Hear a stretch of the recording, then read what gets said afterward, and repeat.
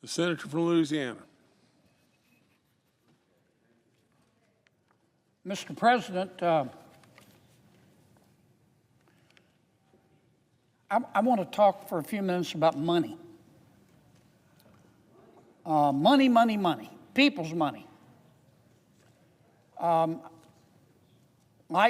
you, Mr. President, I've learned a few things in life.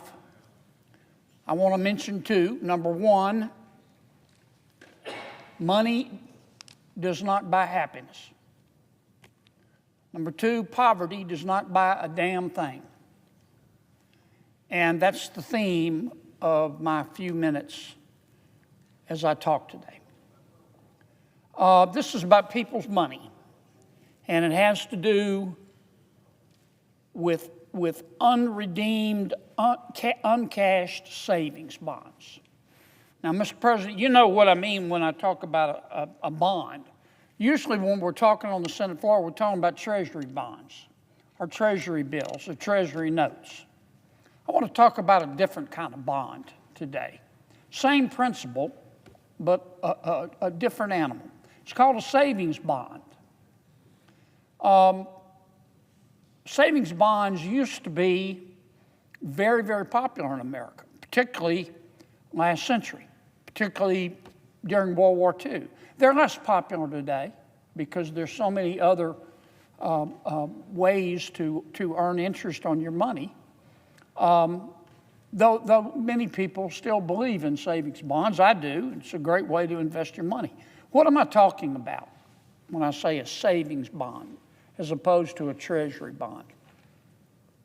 Well, let's take the example of one particular savings bond. It's called a EE U.S. savings bond. A savings bond is just a loan to the federal government. Let's suppose I have $1,000 and I want to loan it to the federal government because the federal government will pay me interest. I can go to the federal government and say, I'm going to loan you $1,000. And the federal government would say, thank you very much.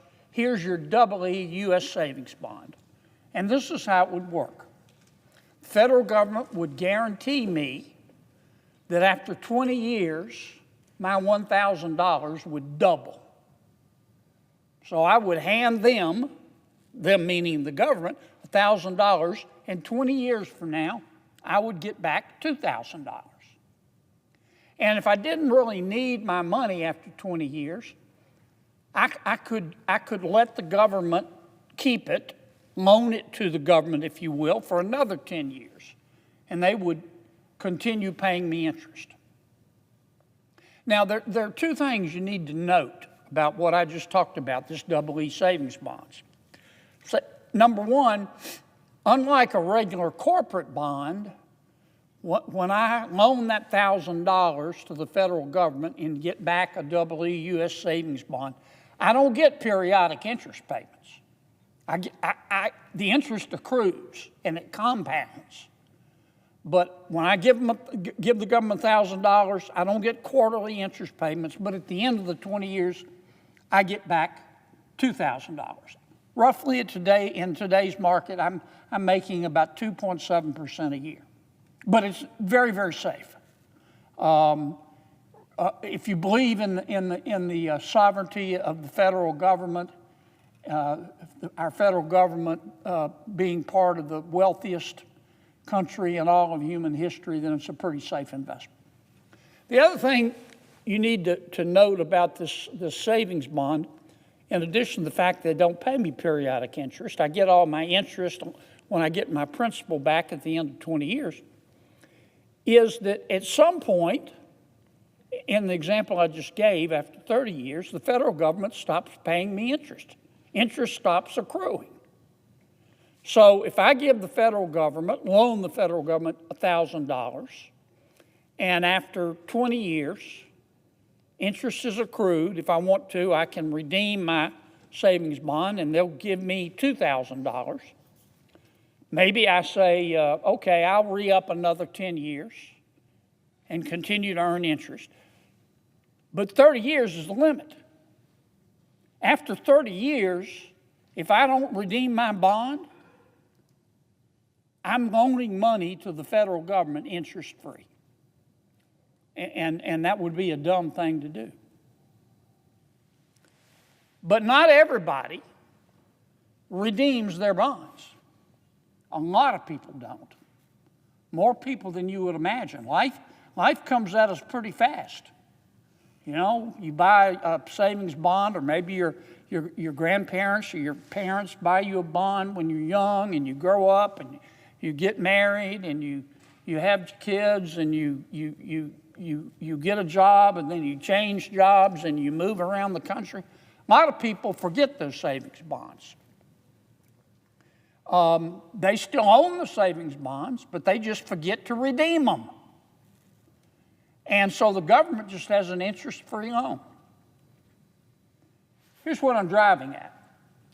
Right now, over in the United States Department of Treasury, there are 100 million unredeemed savings bonds.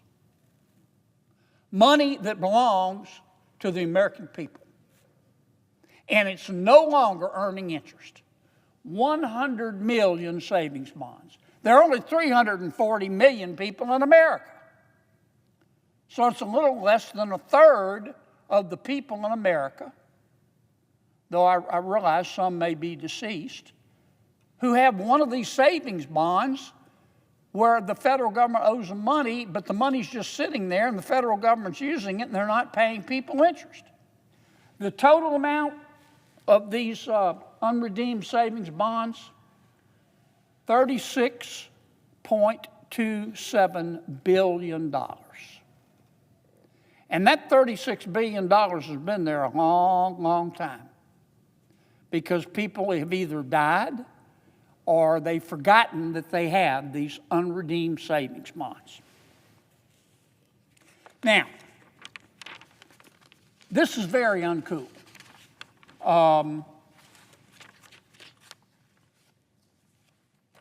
And a few years ago, back in 2023, I introduced a bill which actually passed. I got it passed. That said to the federal government, specifically the United States Department of Treasury, you've got to give this money back. You've got the names of people on these bonds. In many cases, you have the addresses. In a lot of cases, you have the serial numbers. Why are you just sitting on this $36 billion, these 100 million bonds? Why don't you contact people and give them their money? And they said, Kennedy, you don't understand. First of all, they said our records are a mess. Some of these bonds go back, 75 years before there were computers. The Treasury Department said to me, the records are not digitized. We'd have to comb through boxes and boxes and boxes to get names and addresses, and it's just a lot of trouble.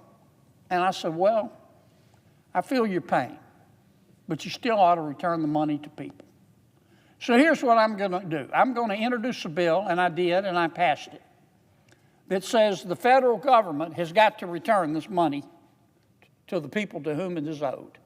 And in that bill, I provided money for the U.S. Department of Treasury to digitize those records, to go out and hire a consultant to go through all the records and put them in a database so they can be easily searched. And the U.S. Department of Treasury has done that. And I want to thank them.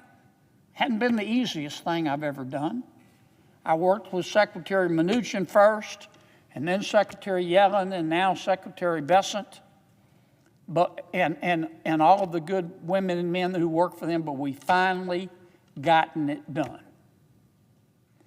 And here's what we're ready to do.